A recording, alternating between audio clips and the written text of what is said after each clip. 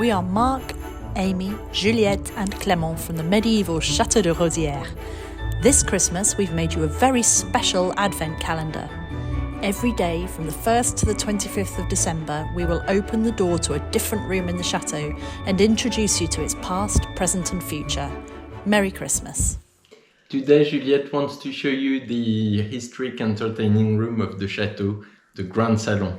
This room dates mostly from the 18th century and it's pretty perfect in terms of symmetry and beauty.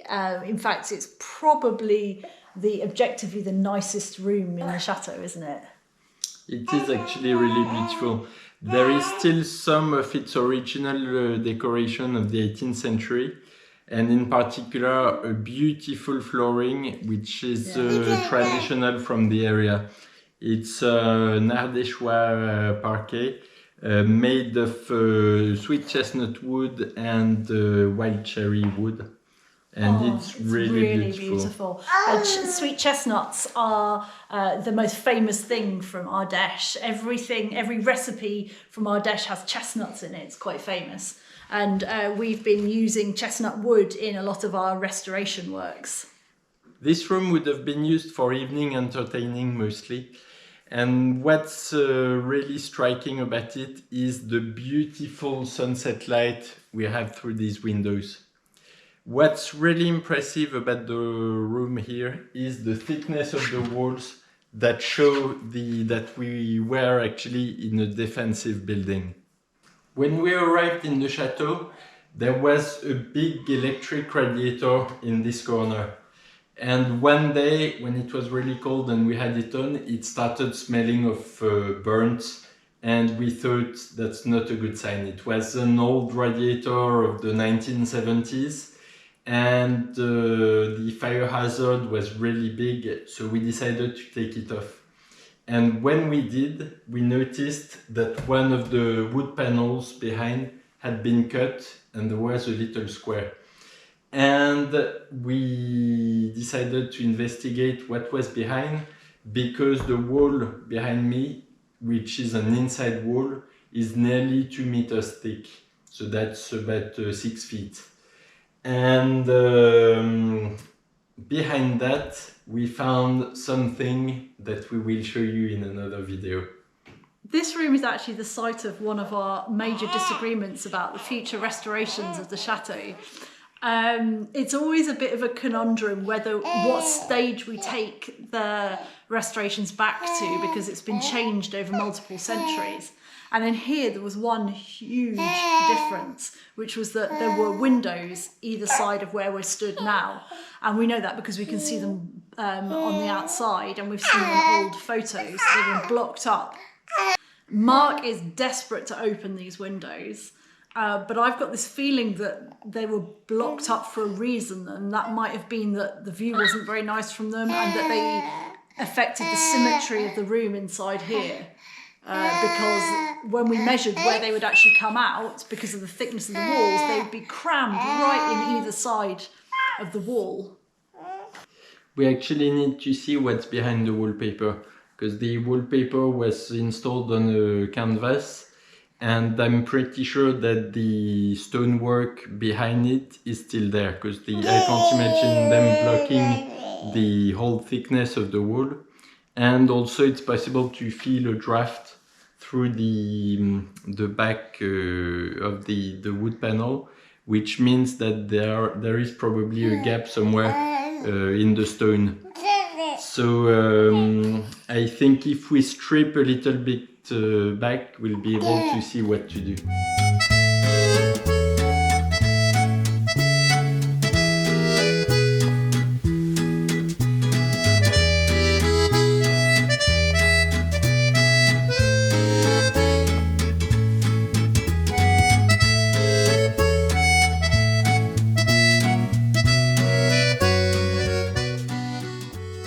I'm in the corridor that leads to the living room.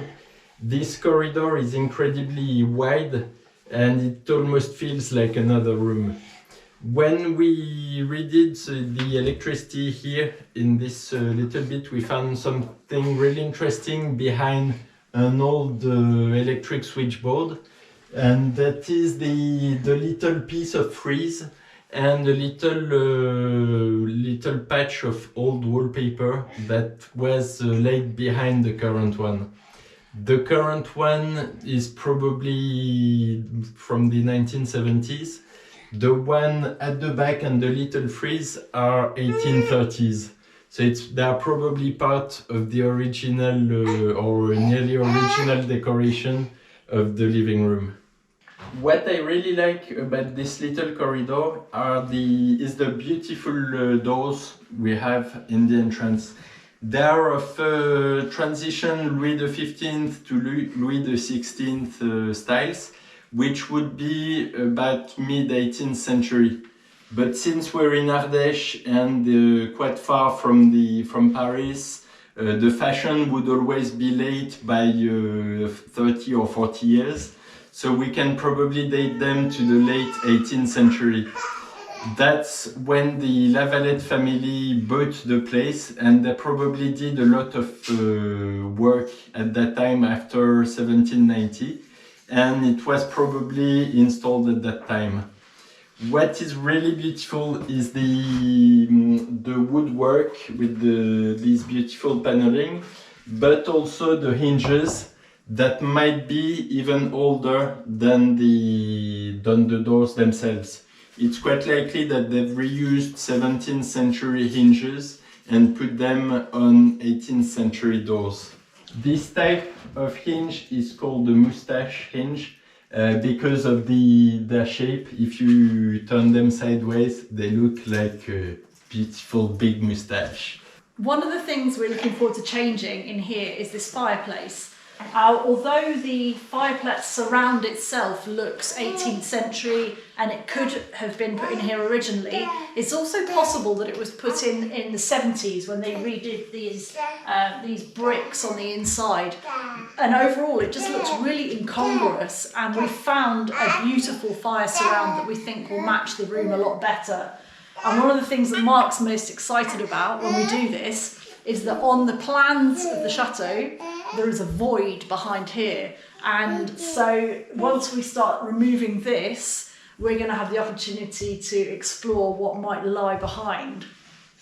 We haven't planned this room out, we don't have mood boards, but gradually we're piecing together a collection of things that we're really interested in, that we find fascinating or that mean something to us, and it takes too long to show you everything like that, but we'll just show you a couple of things now, and I think Marc, you ought to show them the little painting. This is a little painting I found at an auction where I was with that Amy.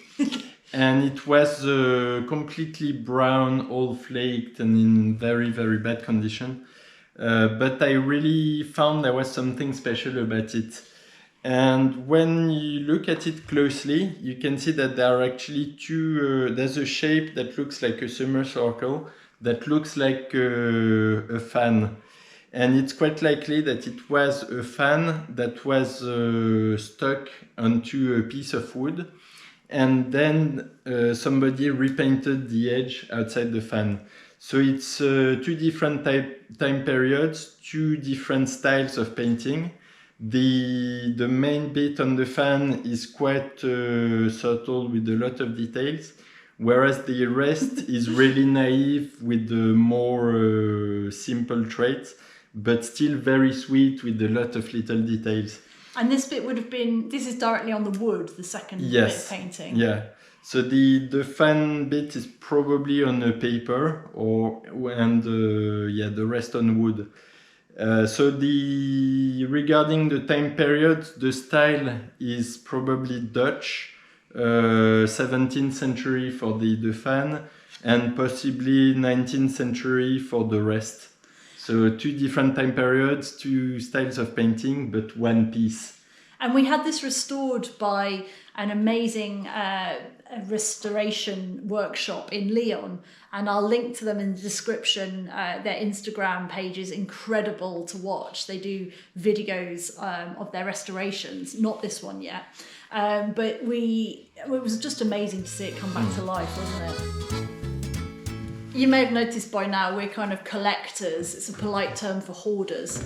But one of the things we seem to end up with quite a lot of are gramophones. And they're all housed in here. And I can always tell when Marc's giving our friends a chateau tour because I suddenly hear this music blaring out of this room.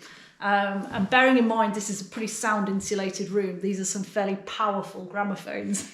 Have you got one you're going to play? Yeah, this gramophone is quite special. It was actually a present from my dad. And it's one of the early gramophones that worked not with a disc but with a cylinder. It's probably around 1895 or something like that. And I have a few records. So I find it really emotional to play these records because we figured that the voices recorded on there are over 115 or 20 years old, and I always find it really emotional. And what's really interesting is to when you know how they were recorded, the recording studios at the time, the singer had to sing into the pavilion of a gramophone. But the problem is that the gramophone doesn't record the high-pitched sounds as well as the low-pitched ones.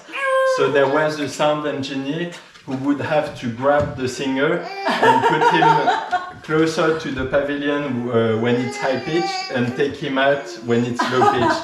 So you can imagine the scene and how complicated it would have been. So the sound isn't DTS surround, but it's really emotional, I think.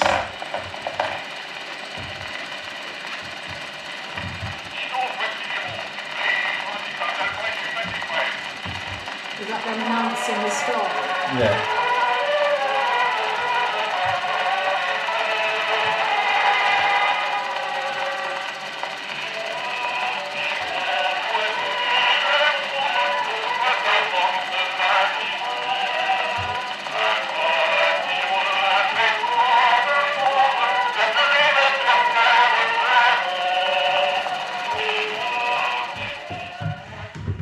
We hope that you enjoyed today's chateau room tour, and it's one of my favourite rooms in the chateau because it has these double doors and incredibly thick walls, and when you're in here it feels like none of the rest of the chateau or the world exists, and I can come and play on this fabulous grand piano we inherited and look out at the sun setting over there, and it's just very special. Please join us tomorrow for day 3 of our Chateau Advent room tour.